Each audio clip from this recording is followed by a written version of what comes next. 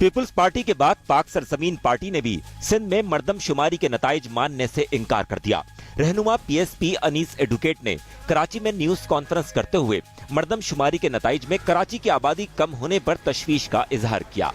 ये पाकिस्तान का अजीब और गरीब सियासी कल्चर बन चुका है कि एक तबका जो अपने मफादात के लिए अपने ही अवाम को, अपने ही लोगों को, आबादी के उस एक हिस्से को शुमार करने से गुरेजा है कि एक वसाइल की कहीं मुनसिफाना तकसीम ना हो। अनीस एडवोकेट ने मर्दमशुमारी को फ्रॉड करार देते हुए ईद के बाद एहतजाज का ऐलान किया।